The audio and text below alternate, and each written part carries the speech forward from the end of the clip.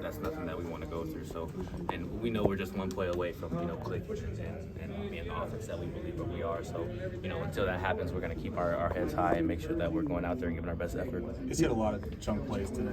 Was there something in particular in their defense that you saw, or you thought you'd be able to take advantage of that? Nothing too crazy. I mean, we had been studying their defense for a while. We thought we were going to be able to get some big shots on them, just the way that their defensive structure is. Sometimes they have some low safeties and stuff like that. So we wanted to take advantage of that, and it took us a little bit to get those plays. But once we started seeing it, we started making it happen. You've seen some Jeremy Bernard in the offseason in practices.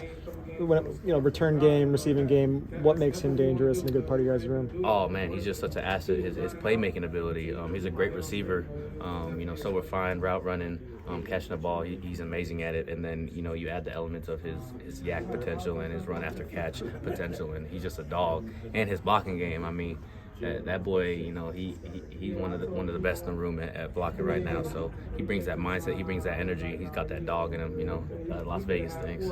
When you fumbled, what part of you is determined to get that back? Oh, everything inside of me, really.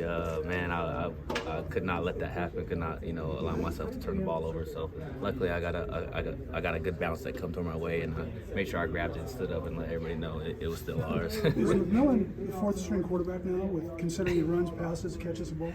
I think you could put him. I don't know how the depth chart works, but I think you could put him in that spot. Fourth string quarterback, fourth string running back. So he does it all.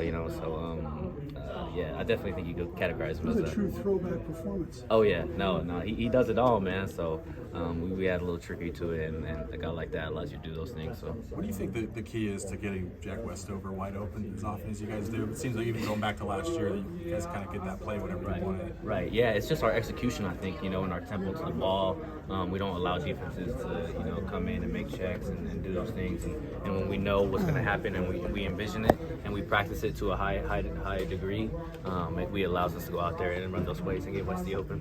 What goes through your mind when Penix is out there making a 40-yard throw and then a 20-yard throw and then a 50-yard throw? What goes through your mind when you see him slinging it around? Oh, it still amazes me. I mean, I've been seeing him do it for about a year and some months now. So it still impresses me every time I see that ball in the air. And when it's even coming towards me, I'm like, dang, that's a good ball. I gotta catch this thing. So it's impressive. He's so talented. So it's exciting for sure. What's the upward potential of this offense? I mean, you just put up 50-plus points against a really good team. Definitely. Yeah, I think the sky's the limit for us. I think, with our preparation and our mindset right now, we believe that we can do way more than that. We started slow, like was mentioned before, but, starting fast and being able to continue to sustain that success and make those plays is, something that's in our future for sure. With the fade touchdown, is that something where you just always think that's got to be yours, those kind of 50-50s? Absolutely. We try and turn that 50-50 to 90-10. That's what we like to think, and I like those odds. So, we practice that a lot. Something that we worked over this off season, and something that we want to make an asset for this offense for sure.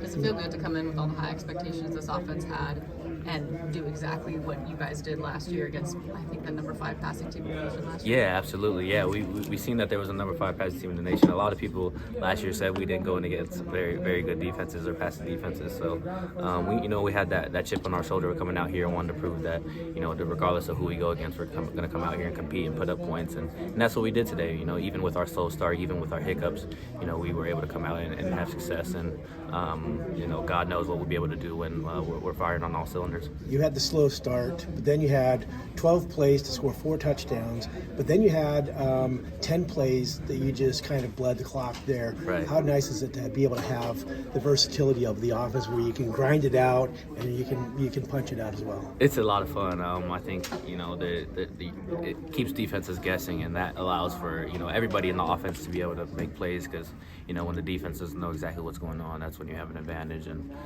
when they're on their toes with it, it allows us to create space and make catches, and for running backs to make plays and make people miss. And